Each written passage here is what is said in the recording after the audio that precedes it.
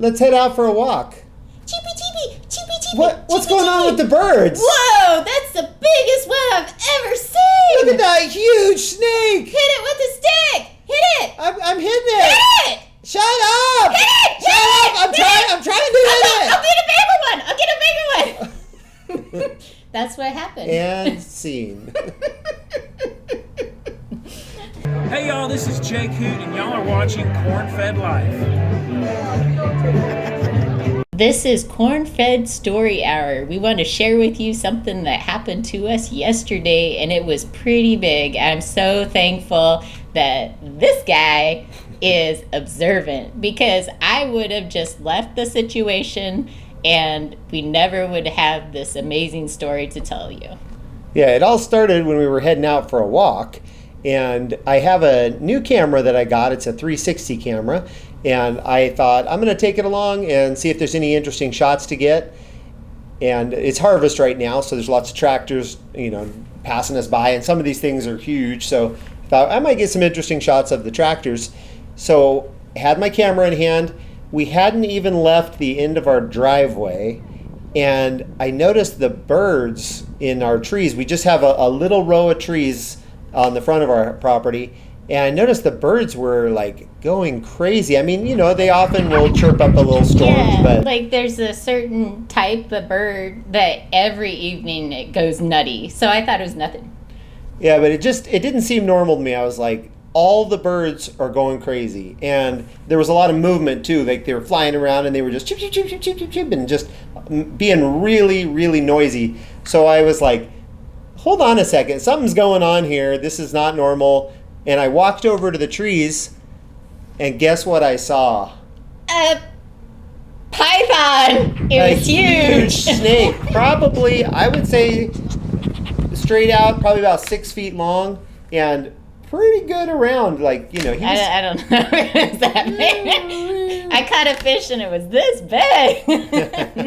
But it was big, huge. anyway. And it was going for the baby birds in one of the nests. So all the birds, there was probably about 10, 12 birds. They were all banding together to try to stop this thing. And they were flying at it, diving at it, trying to nip at it. It was nonplussed. I mean, it didn't care. Like, they weren't making any difference until Craig got to it with his camera. So right away she was like, we got to save the birds. We got to save the birds. And I was like, okay, let's do it. So the 360 camera has an extendable pole that you pull it out, and it actually opens up to like over 10 feet long. So you didn't know when you bought this that you were actually defending against snakes by buying this camera. And then here's the other thing I should share. I actually am really careful with my cameras, but just a few days earlier I had dropped this one, and it got a crack in the lens, so there's like a little smudge in some of the scenes. If you're so careful, how come you dropped it? I dropped it the other day when I was picking it up. So I insure all my cameras. So at this point, I was already planning to put a claim in. So I was like, well, I don't care what happens to it now, because this camera's heading out anyway to get repaired or replaced. So I extended the pole up to the full 10 feet, and I stick it up in the tree, and I'm trying to poke the snake with it. And the good thing is it's a long pole, and the snake was probably about 10 to 12 feet up, so I was able to reach it. Bad thing was it's a retractable, expandable pole, so every time I would hit the snake, so the camera is just a little camera that's on the end of the stick. It's smaller than a cell phone, this camera. And every time I'd hit it, the pole would retract a little bit. So after hitting it like a couple times, I'd have to pull the thing down and re-extend the pole. The snake, so I was yelling at him, hit it again, hit it again, hit it again. Because every time he would hit it, the snake would almost fall. At one point, he had a little baby bird in its mouth. I really wanted him to whack it good, but he couldn't because it kept on retracting. So I ran and I got a bigger stick. So we really wailed on the snake with the bigger stick. And I couldn't really whack it with the pole too, because it was up in a bunch of branches. So there was no way to swing because there was all these branches coming out. So all I could do is poke up through the branches and just try to get him. And he did start getting aggravated and struck at our camera a couple of times, which is pretty neat. Great and footage. one thing that was really cool was one of the birds that was trying to attack him kept coming down and landing on the pole that I was poking with. And as you'll see in the video, these cameras are designed so that the pole kind of becomes invisible. The software actually kind of erases it. So you'll see the bird just land, and it looks like it's just landing in midair, but it's landing on my pole. And it seemed like it was trying to encourage me. It wasn't attacking my pole. It would land on the pole while looking at the snake. And it did this several times. But yeah, so once she ran and got a bigger stick, so I passed the camera to her so we could keep the thing on video for you all to enjoy. And then Craig whacked it enough so it decided that, hey, this is not worth it. That was after you got me the big stick. Right. She got me a long, well, it was about the same length. It was about 10 feet long, but it was a solid piece of wood. Yeah, you already talked about your big stick, so we can go on from there. Well, you got to carry one and speak softly.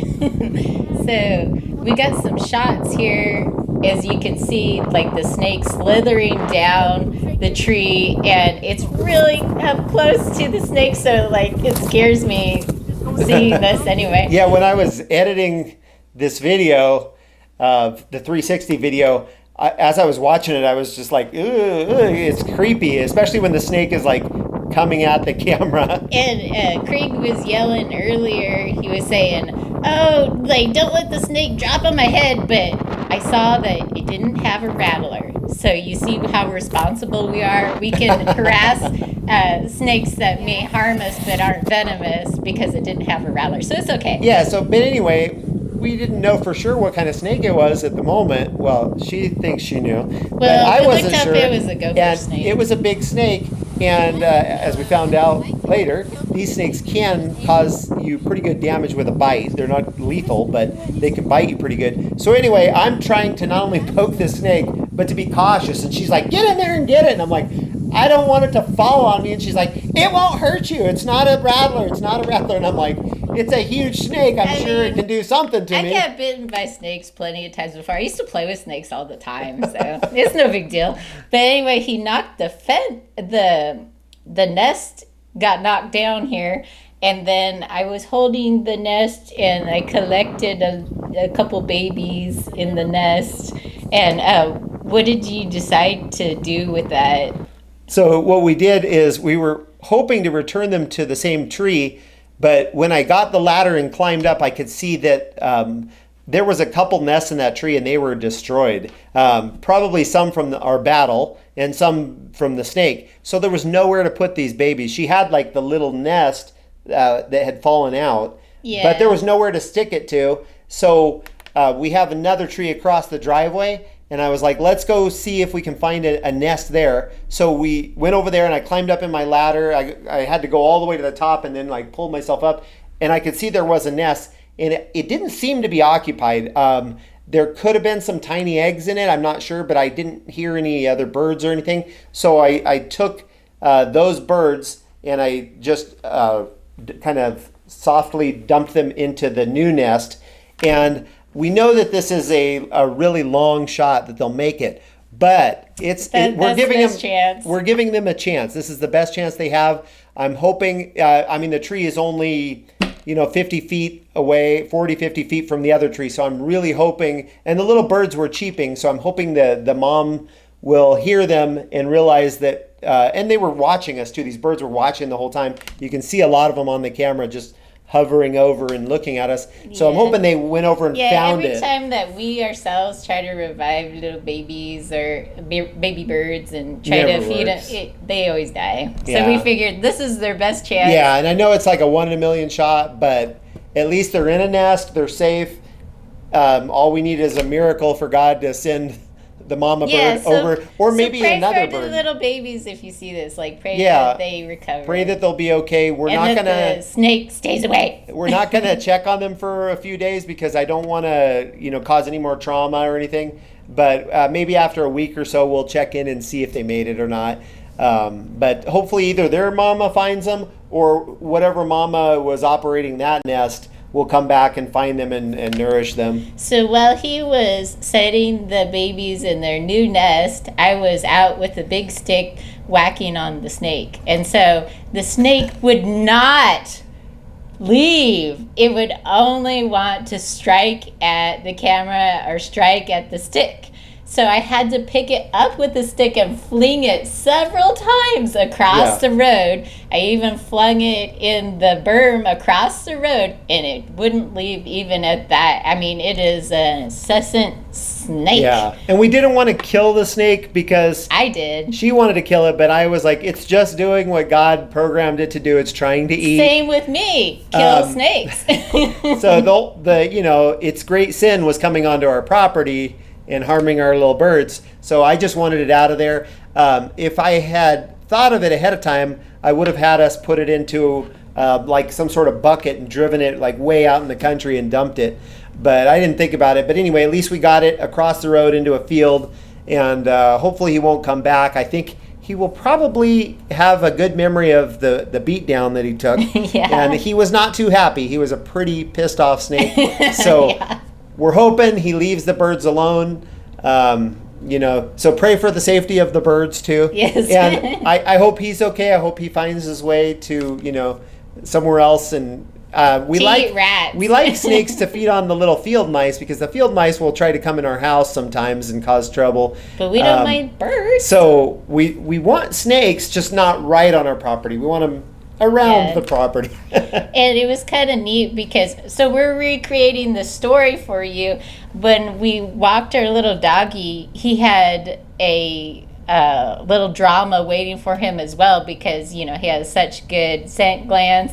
When he came back, he smelled where the snake had been and where I had been, and like the little battle, and for like 10 minutes he was like he was so excited about this, like even more excited than we were about the event. And as you saw in the video, he was out for the first part of the battle, and then we went and put him inside because we knew that, like, if the snake fell out, he would probably try to attack it and the snake might get a bite on him. So we had to put him in the house because he is a very good protector dog. Oh, yes. And I guarantee you, in fact, he has faced off with a snake before.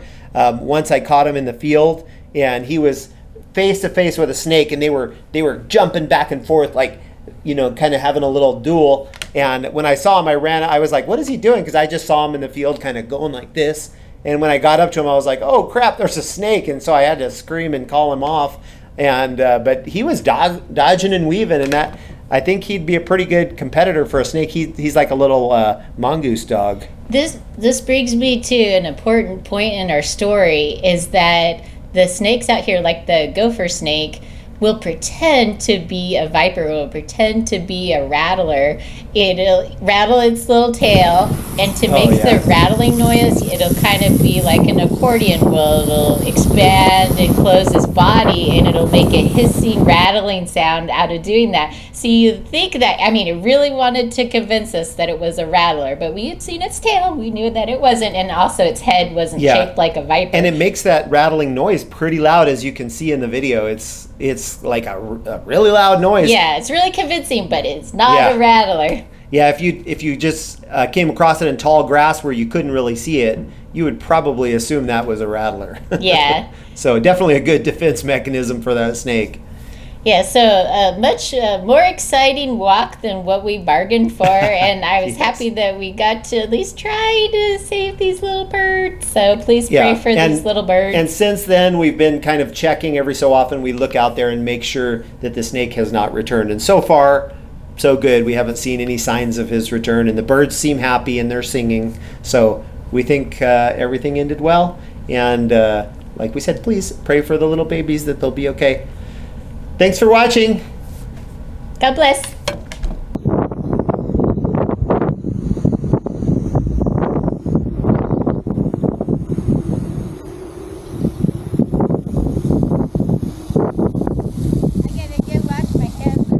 Yeah, go for it.